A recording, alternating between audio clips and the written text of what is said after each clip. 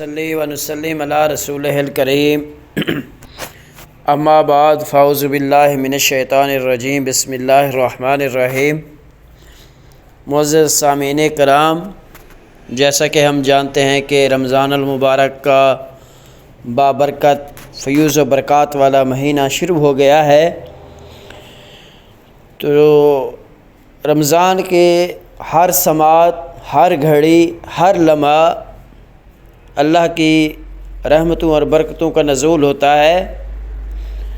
تو اسی طرح رمضان المبارک میں سحری اور افطاری کی اپنی ایک فضیلت اور اہمیت ہے۔ تو آج کا ہمارا موضوع ہے رمضان المبارک میں افطاری کی فضیلت۔ تو رمضان المبارک میں افطاری کرنے کی بہت فضیلت ہے، اور اس حوالے سے آقا دو جہاں خاتم النبیین صلی اللہ علیہ وآلہ وسلم کی بہت ساری احادیث مبارکہ موجود ہیں، جس سے افطاری کی اہمیت کا اندازہ ہوتا ہے۔ تو حضرت سہیل بن سعد رضی اللہ تعالیٰ عنہ سے مروی ہے کہ حضور نبی اکرم صلی اللہ علیہ وآلہ وسلم نے ارشاد فرمایا کہ میری امت کے لوگ بھلائی پر رہیں گے جب تک وہ روزہ جلد افطار کرتے رہیں گے۔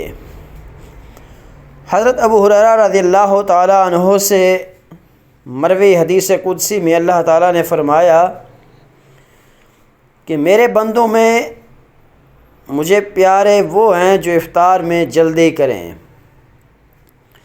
حضرت یعلا بن مرہ رضی اللہ تعالیٰ عنہ سے روایت ہے کہ آقا دو جہاں حضرت محمد صلی اللہ علیہ وآلہ وسلم کا ارشاد گرامی ہے کہ اللہ تعالیٰ کو 3 چیزیں بہت زیادہ پسند ہیں۔ ایک، آخر وقت تک سحری مؤخر کرنا، یعنی سحری کو آخری ٹائم تک یا آخری لمحات میں کرنا۔ دوسرا، غروب ہوتے ہی فوراً افطار کرنا۔ تیسرا، نماز میں بحالت قیام، ایک ہاتھ کو دوسرے ہاتھ پر رکھنا۔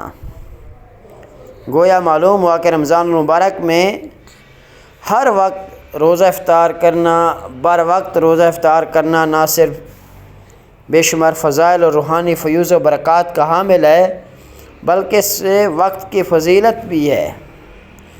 تو حضرت عبداللہ بن عمر بن عاص رضی اللہ تعالیٰ عنہ سے مروی ہے کہ حضور صلی اللہ علیہ وآلہ وسلم نے فرمایا کہ افطار کے وقت روزہ دار کی دعا کو رد نہیں کیا جاتا۔ اسی طرح ایک اور حدیث مبارکہ کا مفہوم ہے کہ 3 بندوں کی جو دعا ہے وہ رد نہیں کی جاتی۔ ایک، روزہ دار کے افطار کے وقت۔ دوسرا، عادل حکمران کی۔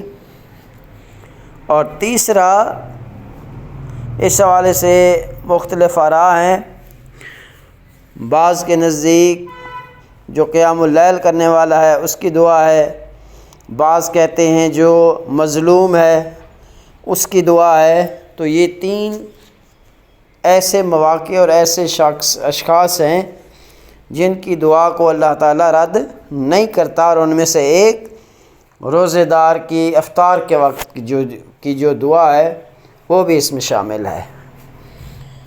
تو اسی طرح روزہ افطار کی بہت زیادہ فضیلت اور اہمیت ہے۔ اس حوالے سے آقا علیہ الصلوۃ والسلام کی ایک حدیث مبارکہ ہے کہ جو بندہ حلال چیزوں میں سے کسی روزہ دار کو روزہ افطار کراتا ہے تو اس شخص کو بھی اتنا ہی اجر و ثواب ملتا ہے جتنا روزہ رکھنے والے کو ملتا ہے۔ تو اللہ تعالیٰ سے دعا ہے کہ اللہ تعالیٰ ہمیں رمضان المبارک کے فیوز و برکات کو صحیح طور پر حاصل کرنے کی توفیق عطا فرمائے، اور اس کے ساتھ ساتھ سحری اور افطاری میں بھی دوسرے لوگوں کی مدد کرنے کی ہمت، قوت، طاقت اور اللہ تعالیٰ توفیق عطا فرمائے۔ وما علینا الا البلاغ المبین۔